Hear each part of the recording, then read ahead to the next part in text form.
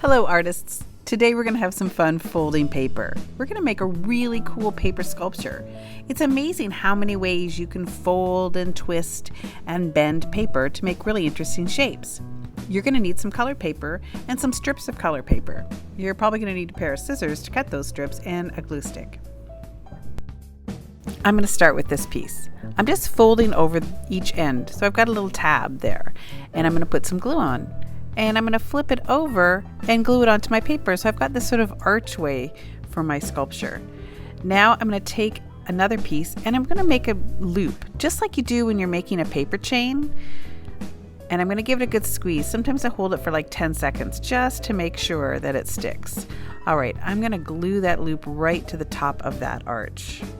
All right, now that that's sorted, now I'm going to fold this piece and I'm going to do an accordion fold. That just means I fold back and forth and back and forth and back and forth. It makes the paper kind of springy when you open it up, and here we go. And we can create some really cool shapes with that. If I stick the ends of these two pieces together, I'm going to have this, I don't know, funky little shape that I like. So that's what I'm going to do. It just creates another, it's kind of like a loop, only it's got sharp edges. All right, so I'm going to glue that down. Make sure you've got lots of glue on there. Sometimes my glue stick's a little dry, it's not holding so well.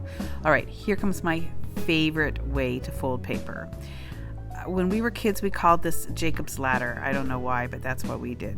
All right, so I'm going to glue two pieces together in the shape of the letter L. So I'm just putting glue on the end, and I'm going to glue that piece down.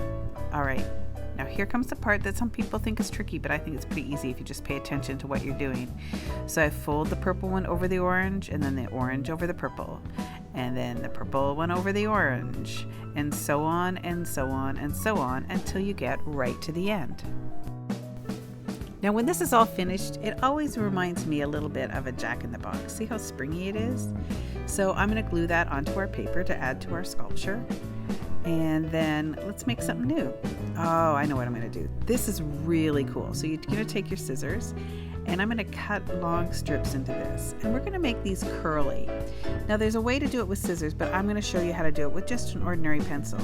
You just roll up the paper really tight onto the pencil and give it a good squeeze. And then when you pull the pencil out, you've got a curlicue. I love that. So I'm going to do two one direction and the other one the other way, and let's see what we've got. Oh, I think it looks like a kind of fun little tree, like a curly tree you might see in Dr. Seuss or something. All right, what else can we do? Oh, I know. So I'm going to take this strip of paper. I'm going to use this two strips of paper and I'm going to make them the same color. And I'm going to kind of make it like a big flower or a bow. So I want to curl the paper, but I want it to be bigger. So I'm going to use a marker to wrap my paper around now. And I do the same thing. I just roll it up and I give it a good squeeze and do it the other side. And I think this looks kind of like a big bow when you're all done. It'd be nice on a present. It'd be nice to decorate a present with a bow like this. All right, so got to figure out where I'm going to put that. I think I'm going to put it on top of that little square shape I made before. All right, there we go. Ooh, it would make a great flower too. You can make flowers like that. All right, this I think is really cool. I'm going to take little snips. Make sure you don't cut all the way through. Little snips into my strip of paper, and then I'm going to fold them one way, one the next, all the way down to the end. So it almost looks like a little hinge or a train track. Now this part's a little tricky because you got to get glue on all those little tabs. But because you have all those little tabs, you're able to make your paper stand up in kind of cool shapes like curves and things. So I can just paste those down like that. Like I said, the glue's a little dry. All right, there we go.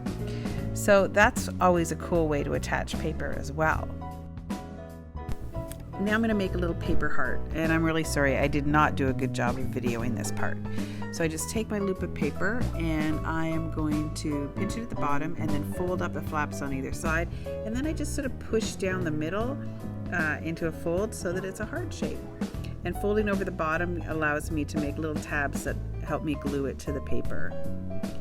All right, there we go. It's like a little train track headed into a heart-shaped tunnel. All right. So now I'm going to do sort of the same thing I did before, but I'm going to cut these into little, like a fringe.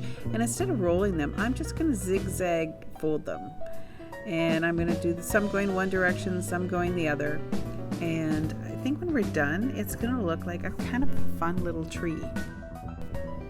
So once I've got that done, I need to make sure that I have a little base to glue it down. So I just push up the bottom like that, and it gives me a little stand. And I'm going to sort of glue those two pieces together like they're the trunk of a tree, and then put some glue on the bottom so I can stick it onto my sculpture. All right. So we're getting there. We're filling as much as we can. I'm going to just fold this one into little squares instead of making it round. I'm just folding, and you can do all kinds of things. This is made sort of a cool shape, so I'm going to put that on there like it's another loop. All right, there we go. And I'm going to make another loop and make a little circle inside that loop because I think that will look really, really cool. There you go. And there is my really cool paper sculpture. I bet you guys can think of all kinds of other ways to twist and turn and bend paper to make a cool sculpture. I'm going to show you another one I made when I was at home, and you can see I did some of the same things and a couple things that were different, but I bet you can figure some out on your own. All right, have fun and stay creative.